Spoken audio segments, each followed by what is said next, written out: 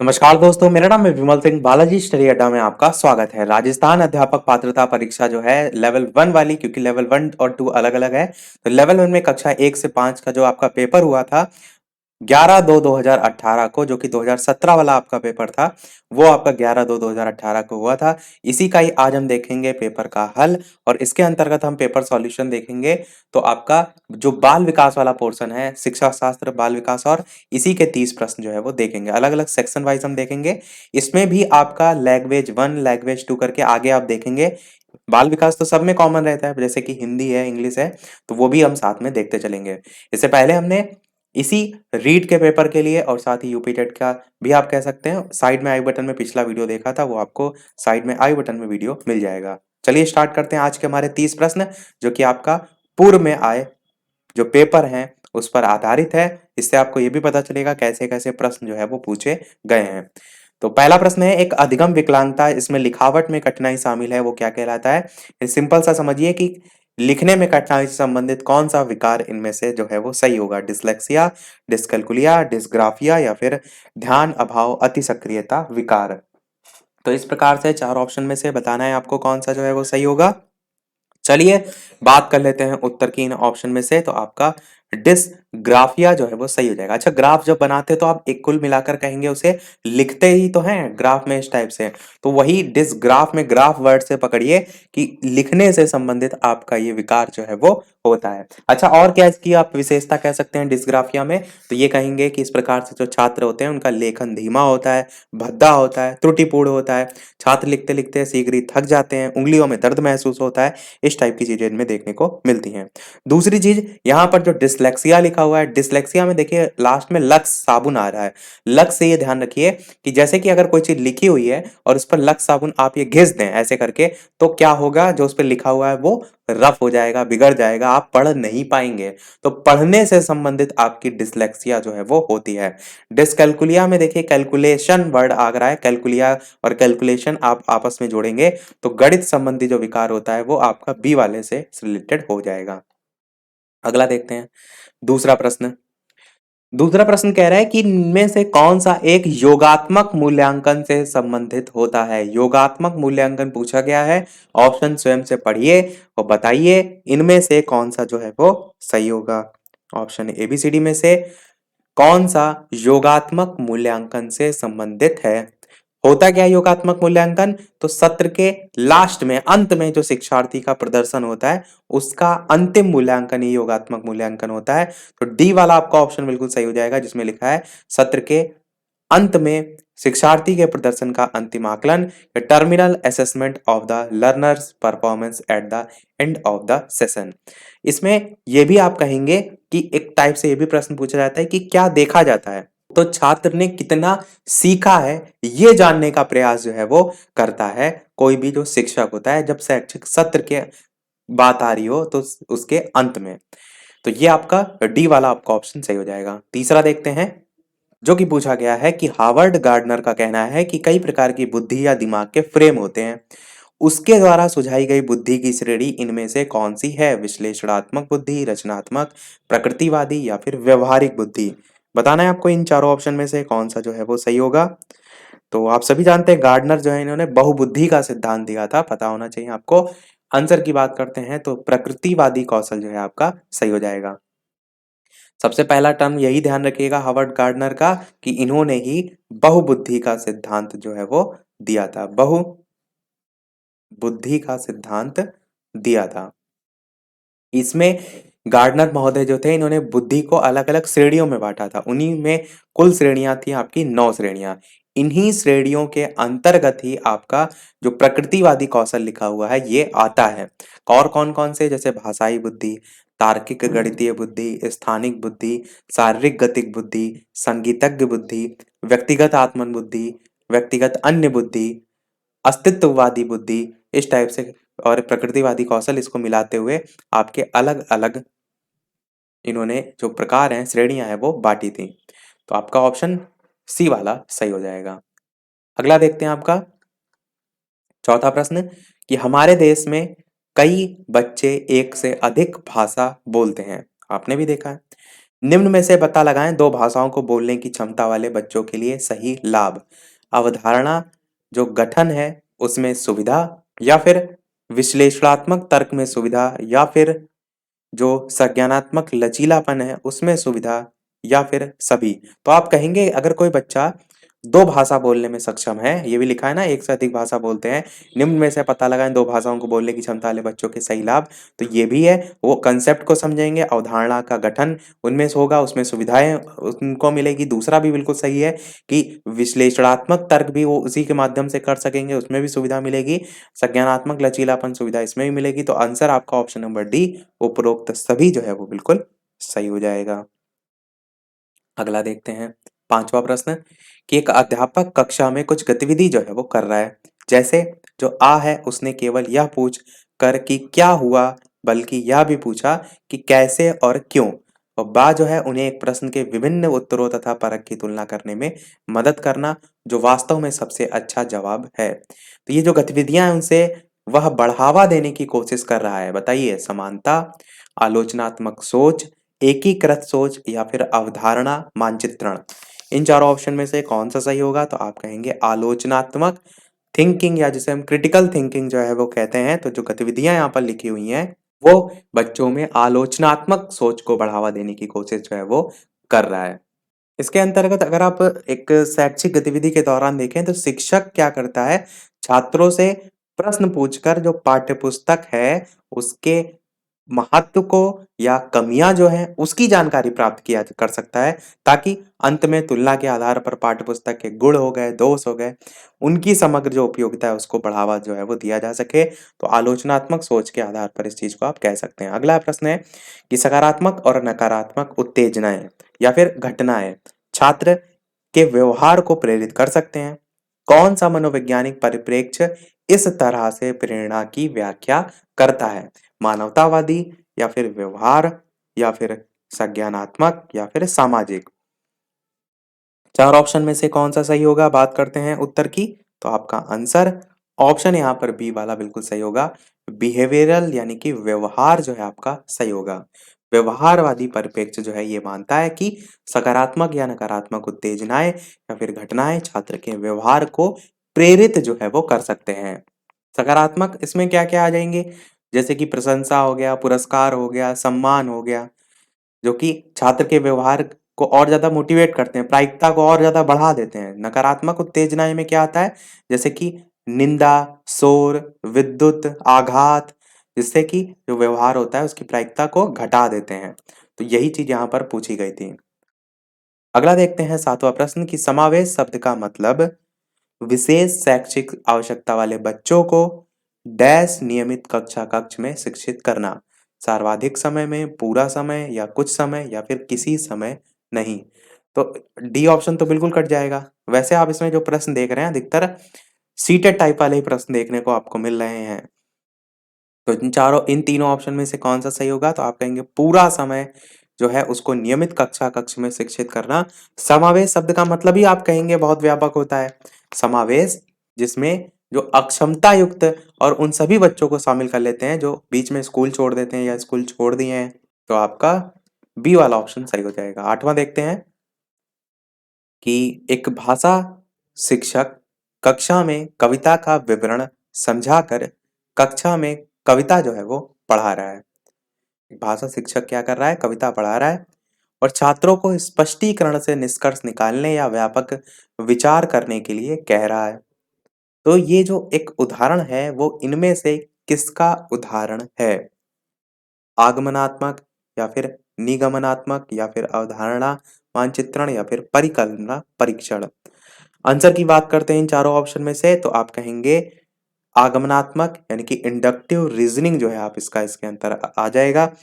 इसमें होता क्या है कि शिक्षक छात्रों के पूर्व ज्ञान को नवीन ज्ञान से जो है जोड़ने का प्रयास जो है वो करता है, जो कि आपका इसी के अंतर्गत जो है वो आता ही है। इसका एग्जाम्पल हो जाएगा। जैसे इसी से रिलेटेड आपका एक सूत्र भी तो होता है जिसे हम कहते हैं ज्ञात से अज्ञात की ओर। ये सूत्र भी आपका इसी से रिलेटेड शिक्षण सूत्र जिसे हम कहते हैं। अगला देखते हैं नवा कि मनोविश्लेषण का मानना है कि एक प्राथमिक साधन है जिसके द्वारा ईगो इड पर आच्छद रखता है ये कहलाता है? सुपर ईगो, आमोद सिद्धांत, द्वंद्व या फिर दबाव। 4 ऑप्शन में से बताना है आपको कौन-सा जो है वो सही होगा। किसका ये सिद्धांत है? आप सभी जानते हैं महान सिगमंड फ्राइड इन्हीं का है, सिगमंड फ्राइड। तो आंसर की बात करते हैं इन चारों ऑप्शन में कौन-सा सही होगा? तो रिप्रेशन आपका दबाव जो है वो सही हो जाएगा। इन्होंने ये सिगमंड फ्राइड थे, इन्होंने व्यक्तित्व को स्पष्ट करने के लिए मनोविश्लेषणात्मक सिद्धांत दिया था। ध्यान दीजिएगा, पूछा जाता है मनोविश्लेषणात्मक सिद्धांत का प्रतिपादन किसने किया? तो सिगमंड फ्राइड ने किया था। साथ ही साथ व्यक्तित्व के मनोविश्लेषणात्मक जो सिद्धांत है उसके 2 इन्होंने प्रमुख संप्रत्यय भी बताए थे।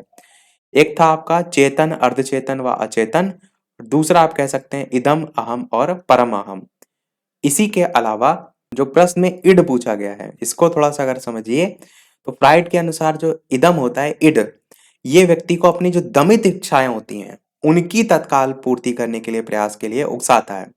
जो परम अहम होता है सुपर ईगो, वो सामाजिक मान्यताएँ हो गई या परंपराएँ हो गई, उसके अनुसार कार्य करने के लिए प्रेरित करता है।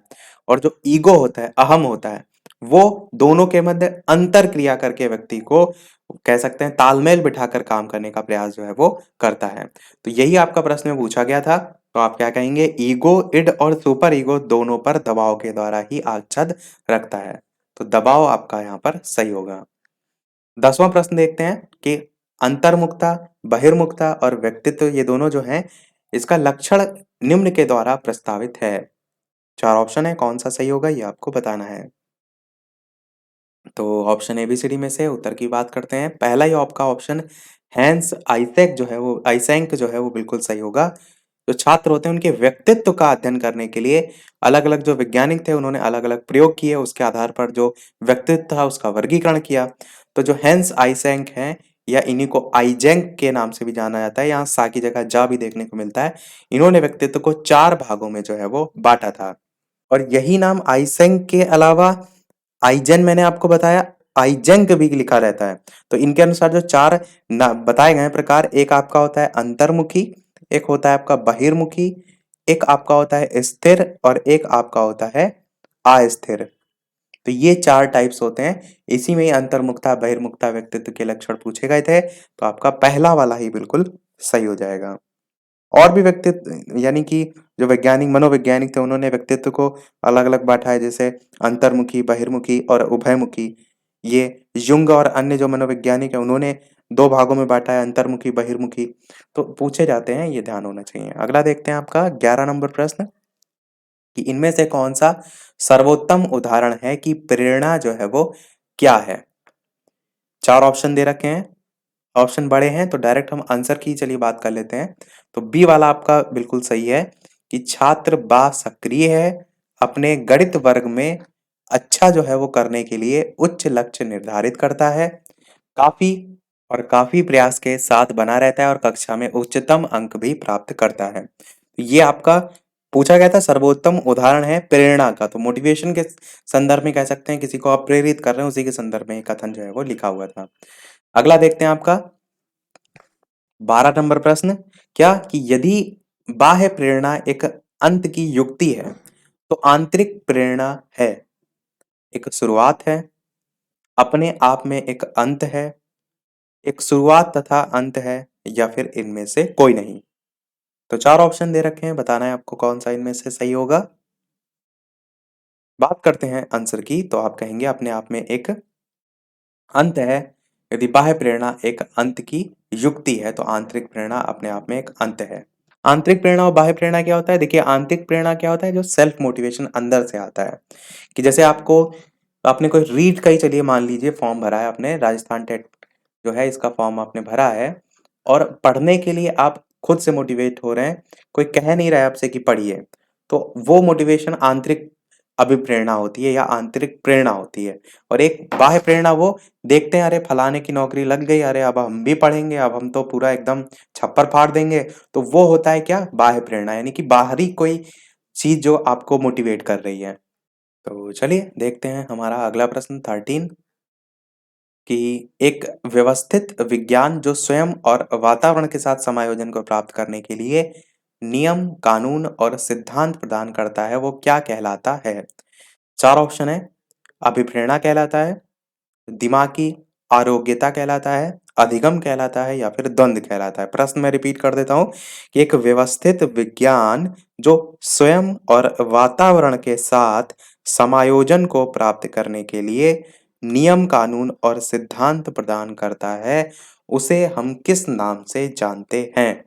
आंसर की बात करते हैं तो बी वाला आपका ऑप्शन दिमागी आरोग्यता जो है वो सही हो जाएगा। जो डब्ल्यूएचओ है, विश्व स्वास्थ्य संगठन है, वो दिमाग की आरोग्यता या मानसिक स्वास्थ्य को परिभाषित भी उसने किया एक डेफिनेशन कि सलामी या सलामती जो है उसकी एक स्थिति है जिसमें किसी व्यक्ति को अपनी क्षमताओं का एहसास रहता है, वह जीवन के सामान्य जो तनाव होते हैं उनका सामना कर सकता है और साथ ही साथ लाभकारी और उपयोगी रूप से काम कर सकता है, अपने समाज के प्रति योगदान करने में सक्षम होता है। तो ये जो है विश्व स्वास्थ्य संगठन की इसी के संदर्भ में जो है डेफिनेशन भी बताई गई है। तो आप क्या कहेंगे? इसलिए एक व्यवस्थित विज्ञान जो स्वयं और वातावरण के साथ समायोजन को प्राप्त करने के लिए नियम, कानून और सिद्धांत प्रदान करता है, उसी को हम कहते हैं दिमाग की आरोग्यता। यही प्रश्न में लिखा था, वही मैंने एज़ इट इज़ आपको पढ़ के बता दिया। नेक्स्ट प्रश्न है, एक समायोजन तंत्र में अतीत, वर्तमान और प्रस्तावित व्यवहार, इसके अनुमोदित कारणों में तार्किक और सामाजिक रूप से सोचना शामिल है। ये कहलाता है, ये आपसे यहाँ पर पूछा गया है। 4 ऑप्शन दे रखे हैं, प्रतिकरण कहलाता है, परिमेयकरण कहलाता है, प्रतिगमन कहलाता है या फिर दमन कहलाता है। प्रश्न आपके सामने है, 4 ऑप्शन है, बताना है आपको कौन सा इनमें से सही होगा। चलिए बात करते हैं उत्तर की इनमें से कौन सा सही होगा, तो आपका आंसर बी वाला परिमेयकरण जो है वो कहलाता है। जो परिमेयकरण होता है एक्चुअल में इसके द्वारा कोई भी कार्य व्यवहार होता है उसको तार्किक आधार पर सिद्ध करने का प्रयास किया जाता है और प्रश्न में जो पूछा गया था वो अतीत, वर्तमान और प्रस्तावित व्यवहार के अनुमोदित कारणों में तार्किक और सामाजिक रूप से सोचना शामिल किया गया था, तो आपका परिमेयकरण ही जो है वो सही होगा। अगला देखते हैं प्रश्न आपका 15 नंबर की, स्कूल की संगठनात्मक स्थापना छात्रों के अधिगम को प्रभावित करती है, ये पहलू उस श्रेणी से संबंधित है, क्रियात्मक कारक, मनोवैज्ञानिक कारक, सामाजिक कारक या अन्य कारक। 4 ऑप्शन में कौन सा सही होगा ये आपको बताना है। बात कर लेते हैं उत्तर की इन चारों ऑप्शन में से, तो आप कहेंगे सोशल फैक्टर, सामाजिक कारक में जो है आपके आते हैं। स्कूल की जब संगठनात्मक स्थापना की बात की जाए, वो छात्रों के अधिगम को प्रभावित करती है, तो ये जो सब पहलू होते हैं वो सामाजिक कारण से ही तो संबंधित होते हैं, तो आपका सोशल फैक्टर जो है वो सही होगा। अगला देखते हैं आपका 16 नंबर प्रश्न की, निम्न स्थितियों में कौन समायोजन को बढ़ावा देती है? तीव्र उत्सुकता, अपराधी जो है या अपराध जो है उसका जुनूनी विचार या फिर बीमारी का डर या फिर न्यूरोटिक या और भय और चिंता से मुक्ति, free from neurotic fears and anxiety. तो 4 ऑप्शन में से कौन समायोजन को बढ़ावा देता है? तो आपका डी वाला ऑप्शन ही सही हो जाएगा। अच्छा, इस चीज को सबसे पहले ये समझिए कि कोई भी बच्चा क्या करता है, आसपास का जो वातावरण होता है, एटमॉस्फेयर होता है, उसकी कठिनाइयों और बाधाओं को ही तो ध्यान में रखते हुए अपने व्यवहार में परिवर्तन करता है। तो उस बच्चे के द्वारा जो व्यवहार में परिवर्तन किया जाता है उसी को तो हम जानते हैं समायोजन, जिसे हम एडजस्टमेंट कहते हैं। जैसे आप यहाँ से घूमने गए किसी बर्फ वाले इलाके में, तो बर्फ वाले इलाके के अनुसार आपको समायोजन करना पड़ेगा, ना कि बर्फ वाला इलाका आपके अनुसार समायोजन करेगा। तो वही चीज बच्चे पर भी तो सेम लागू होती है। और जो समायोजन है उसकी दो विधियां भी होती हैं, एक आपकी प्रत्यक्ष होती है, एक आपकी अप्रत्यक्ष होती है। प्रत्यक्ष विधि जो होती है इसमें बच्चा किसी समस्या के प्रति सीधे सीधे समायोजन करता है, जिससे वो भय और चिंता से मुक्त हो जाता है। और इसी के ही संदर्भ में देखिए प्रश्न में लिखा भी है, न्यूरोटिक भय और चिंता से मुक्ति, तो ये इसी का ही अंतर्गत जो है वो पूछा गया था। 17 नंबर प्रश्न देखते हैं, एक शिक्षक के रूप में आपने अपने छात्रों से हमारे जीवन पर प्रदूषक के प्रभाव को समझाते हुए एक निबंध लिखने के लिए कहा। इस कार्यभार से ब्लूम के वर्गीकरण के कौन से संज्ञानात्मक स्तर की व्याख्या की गई है?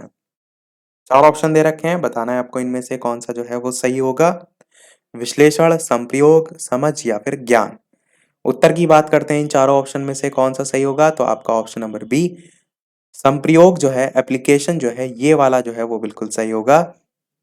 ये आपका ब्लूम का जो संज्ञानात्मक पक्ष है, इसके संप्रयोग जो है, इस पर आधारित जो है वो होता है। संप्रयोग के अंतर्गत ही छात्र विभिन्न प्रकार के कार्यपरक क्रियाएं भी करते हैं, जैसे कि व्याख्या करना हो गया, जांच करना हो गया, निर्माण करना हो गया, खोज करना हो गया, समाधान करना हो गया। तो ये सब क्रियाएं इसी में ही जो है वो आपकी आती हैं।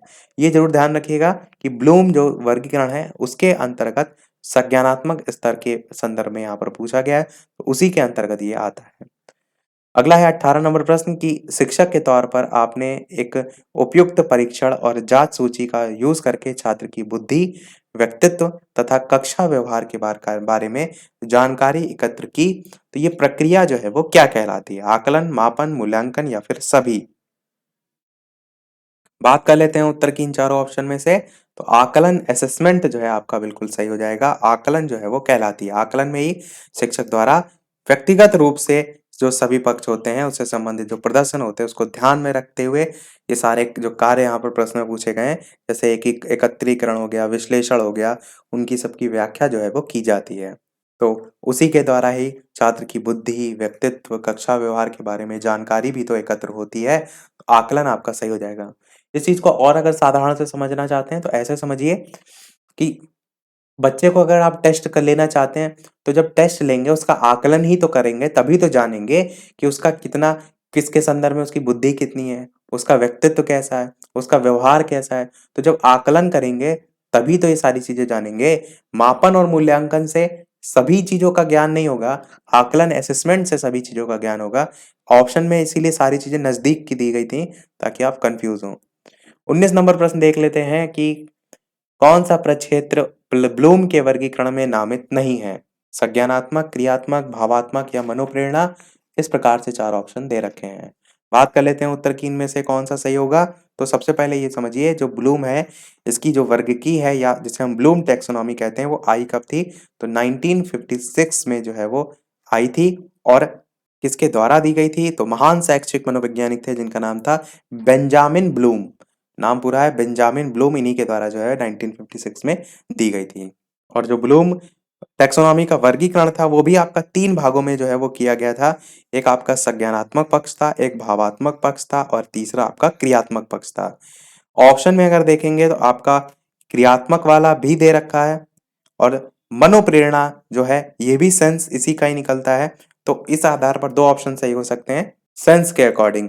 पर जो एग्जैक्ट दिए गए हैं ब्लूम के वर्गीकरण में, तो यही पूछा गया ना ब्लूम के वर्गीकरण में कौन नामित नहीं है। तो मैंने बताया संज्ञानात्मक, भावात्मक, क्रियात्मक, तो संज्ञानात्मक, क्रियात्मक, भावात्मक दे रखा है, पर मनोप्रेरणा जो है आपका नहीं दे रखा है। तो उस आधार पर डी वाला आपका ऑप्शन सही होगा। पर सेंस दोनों का एक निकलता है तो उस आधार पर अन्य ऑप्शन के साथ भी कंपैरिजन कर सकते हैं, पर अगर एज इट इज देखना हो तो डी वाला ही आपका ऑप्शन सही होगा। 20 नंबर प्रश्न कह रहा है निम्नलिखित में से कौन सा राष्ट्रीय पाठ्यचर्या की रूपरेखा 2005 के ढांचे में मार्गदर्शक सिद्धांत नहीं है? एनसीएफ में मार्गदर्शक सिद्धांत नहीं है, ये पूछा गया है। स्कूल से बाहर जीवन को ज्ञान से जोड़ना, आप कहेंगे ये है सिद्धांत। दूसरा है परीक्षा को अधिक लचीला और कक्षा जीवन में एकीकृत करना, बिल्कुल सही है। अधिगम के रटना विधि को, बिल्कुल आपका यही गलत होगा। रटने पर एनसीएफ कभी जोर नहीं देता है और यही आपसे पूछा गया था, तो आपका सी वाला ऑप्शन सही हो जाएगा क्योंकि प्रश्न में नहीं ही पूछा गया था। अगला देखते हैं आपका 21 नंबर की शुरू में एक बच्चा अपनी पूरी हथेली का उपयोग करके, इंग्लिश वाले चाहें तो प्रश्न को रोक के यानी वीडियो रोक के इंग्लिश में भी पढ़ सकते हैं। शुरू में एक बच्चा अपनी पूरी हथेली का उपयोग करके वस्तु को पकड़ता है। धीरे धीरे के वृद्धि और विकास के रूप में बच्चा उंगली और अंगूठे का उपयोग वस्तुओं को उठाने के लिए करता है। तो ये जो प्रगति हो रही है ये किस प्रकार की प्रगति है ये आपको बताना है। चार नाम दे रखे हैं, सिफेलो कोडाल प्रगति या फिर प्रॉक्सिमो डिजिटल प्रगति या व्यापक से विशिष्ट कार्रवाई प्रगति या फिर अनियमित प्रगति। आंसर की बात करते हैं इन चारों ऑप्शन में से कौन सा जो है वो सही होगा। तो आप कहेंगे सबसे पहले तो बी वाला ऑप्शन जो है प्रॉक्सिमो डिजिटल प्रगति जो है, इसकी अगर बात करें तो वृद्धि या विकास निकट से दूर की ओर इसमें क्रम चलता है आपका। इसके पहले इसमें आप देखेंगे जो पहले केंद्र में स्थिति में जो अंगों की रचना और नियंत्रण होता है, इसके अनुसार पहले केंद्र में स्थिति में जो अंग होते हैं उनकी रचना और नियंत्रण होता है और फिर केंद्र से दूर स्थित जो अंग की रचना और नियंत्रण है उन पर होता है, यानी कि केंद्र से बाहर की ओर जा रहे हैं इसमें। उसी प्रकार अगर व्यापक से विशिष्ट कार्रवाई प्रगति की बात करें तो इसमें आपका क्या होता है, पहले बच्चा अपने पूरे शरीर का संचालन करता है और बाद में किसी विशेष अंग का संचालन करता है, वो इसमें होता है। और प्रश्न में आपसे क्या पूछा गया था कि धीरे धीरे वृद्धि और विकास के रूप में बच्चा उंगलियों और अंगूठे का उपयोग वस्तु को उठाने के लिए कर रहा है, यानी कि धीरे धीरे केंद्र से बाहर की ओर जा रहा है। पहले वो पूरा हाथ यूज कर रहा था, लिखा है ना कि पहले अपनी पूरी हथेली का यूज कर रहा था, फिर धीरे धीरे वृद्धि और विकास के रूप में उंगलियां और अंगूठे इन सब का यूज करने लगा, तो केंद्र से बाहर की ओर जा रहा है। तो ये आपका बी वाले ऑप्शन में भी सही है, सी वाले में भी सही है, तो दोनों ही ऑप्शन यहाँ पर बिल्कुल सही है। पर अगर एक ऑप्शन को टिक करना है तो बी वाले को आप कर सकते हैं, क्योंकि उसमें एज इट इज यही बताया जाता है कि धीरे धीरे केंद्र से बाहर की ओर जा रहा है। पर ऐसा नहीं कि आपका सी आप नहीं मान सकते, इसमें व्यापक से विशिष्ट कार्रवाई में है ही है कि जैसे आपको कोई कार्य करना होता है तो पूरे शरीर से पहले आप काम लेते हैं, फिर धीरे धीरे क्या होता है जब प्रगति होती है तो उसके जो विशिष्ट आपके या विशेष अंग हैं उनका संचालन करता है, तो आपका सी वाला भी सही है। तो हम दोनों को यहाँ पर सही मानते हुए चल रहे हैं।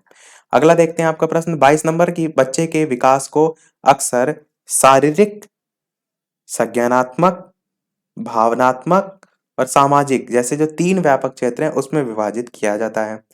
विकास प्रक्रिया के ये जो क्षेत्र हैं उसमें कहाँ तक संबंधित हैं?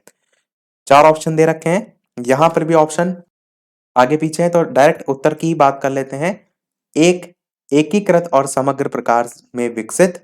बी वाला ऑप्शन यहाँ पर जो है वो सही होगा, एक एकीकृत और समग्र प्रकार में विकसित। प्रश्न में आपको एक बार फिर से दिखा देता हूं। ये प्रश्न आपका पूछा गया था कि बच्चे के विकास को अक्सर, यहाँ पर जो अलग अलग कारक दे रखे हैं, व्यापक क्षेत्र में विभाजित किया जाता है, ये जो क्षेत्र है उसमें कहाँ तक संबंधित है? तो आपका आंसर हो जाएगा जो मैंने नीचे आपको दिखा दिया कि विकास की ये प्रक्रिया एकीकृत और समग्र प्रकार से जो है वो विकसित होती है। तो ये भी कह सकते हैं कि विकास की प्रक्रियाओं का विभाजन भले ही अध्ययन की सुविधा की दृष्टि से किया जाता है, पर उनका विकास एकाकी ना होकर समग्र और एकीकृत रूप से जो है वो होता है। 23 नंबर प्रश्न है क्या कि एक बच्चा जो कि एक विशेषता जैसे मौखिक क्षमता हो गया उसमें उच्च या निम्न है, बात की उम्र में भी रहेगी या बयान के महत्व पर जोर देता है, प्रारंभिक अनुभव या फिर आपका वातावरण या फिर आपका आनुवांशिकता या फिर आनुवांशिकता और वातावरण दोनों। तो कौन सा सही होगा? बात की जा रही कि एक बच्चा जो कि एक विशेषता जैसे मौखिक क्षमता उसमें उच्च या निम्न है और बात की उम्र में भी रहेगा, तो ये आनुवांशिकता पर जो है वो जोर दिया जा रहा है। आप कह भी सकते हैं कि जो गुण दोष आनुवांशिकता से निर्धारित होते हैं वो पूरे जीवन काल तक उपस्थित रहते हैं, उसमें आप कुछ बदल नहीं सकते हैं। और यही आपका लिखा भी था कि बात की उम्र में भी रहेगा तो वो आनुवांशिकता से ही संबंधित होता है। वातावरण का प्रभाव थोड़ा बहुत बदला जा सकता है पर आनुवांशिकता नहीं।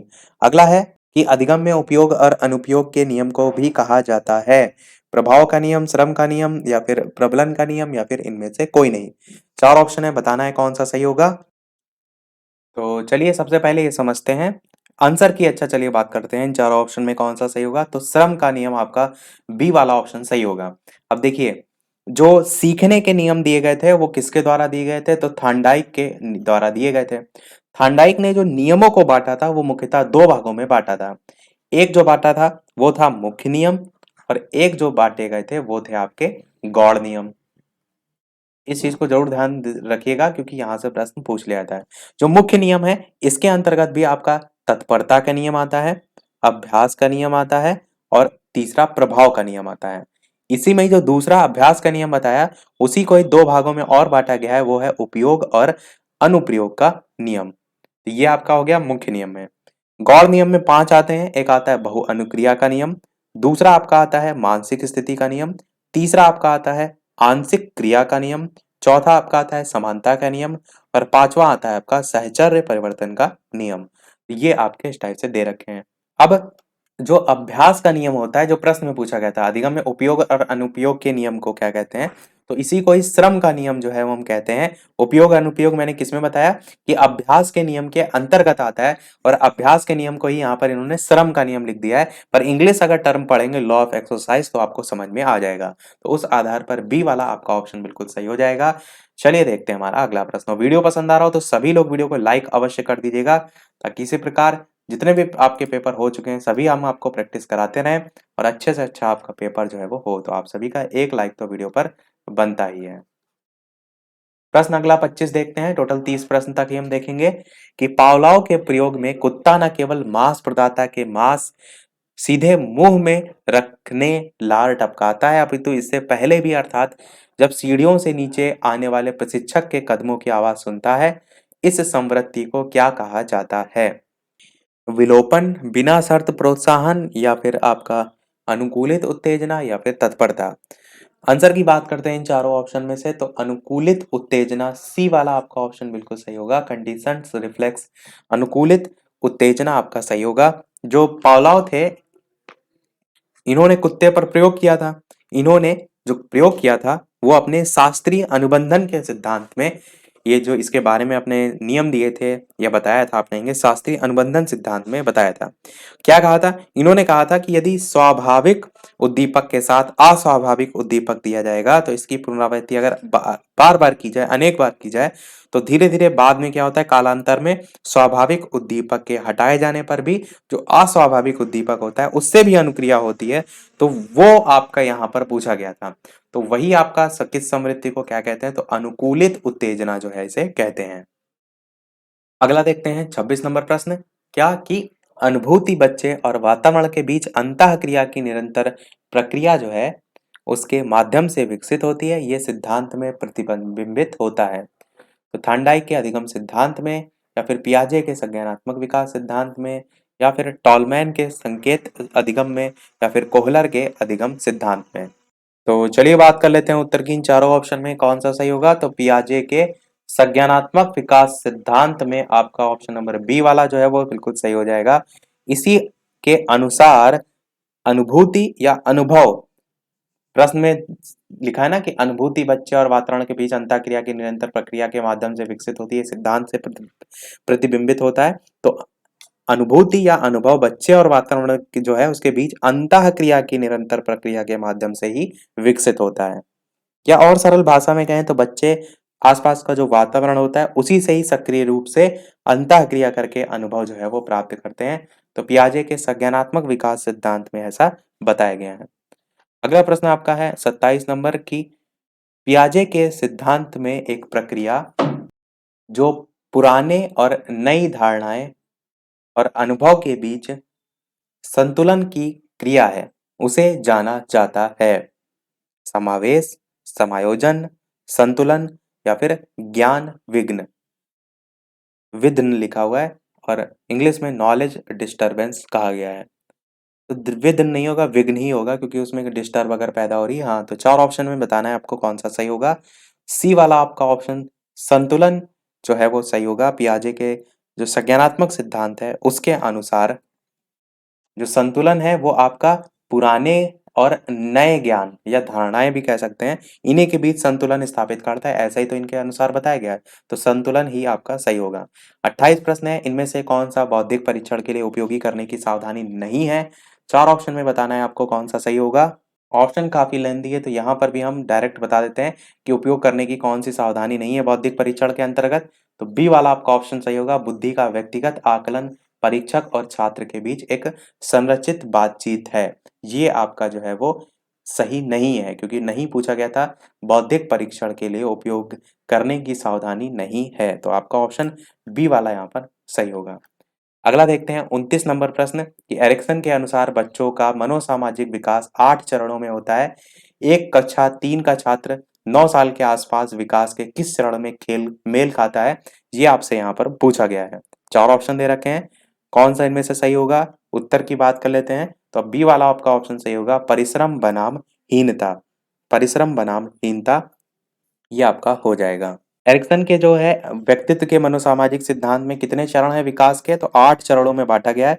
इसी में ही आपका अलग अलग आयु के अनुसार है, जैसे कि जन्म से 2 वर्ष तक आपका विकास बनाम अविश्वास है, विश्वास बनाम अविश्वास है, 2 से 4 वर्ष के बीच स्वतंत्रता बनाम लज्जाशीलता है। तो ऐसे ही आपका जो परिश्रम बनाम हीनता है ये 6 वर्ष से लेकर उसके बाहर के वर्ष तक आता है।